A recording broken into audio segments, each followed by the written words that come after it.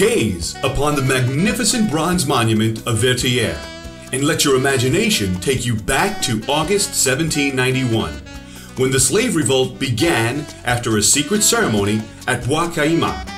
I don't think that I would let any foreigner to come to me and to say the ceremony was a myth, was legend. It wasn't just a religious ceremony. It was a political congress. But there is definitely a ceremony that took place around August 14 and 1791, and it has really a great deal of importance there for the country.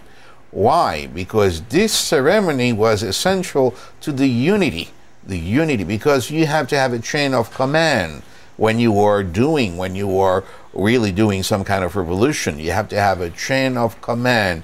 You have to have a unity of your forces, and you have to have a supreme commander, and in that case, Boukman was.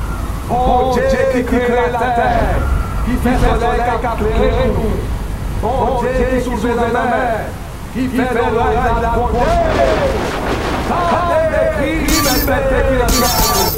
Now, Boukman was a genius. He wasn't just simply a Ougan or something like that, because he brought it on the spiritual level so that anyone could really obey his order, so that anyone could be united. Remember, anyone who would betray that movement would die, because it was God. It was the gods that really ordered them to do it and to fight against the French. Envision the struggle of thousands of African slaves in the field to free themselves from the harsh treatment of their masters. When people have been placed under slavery, this is the harshest thing that anyone could imagine.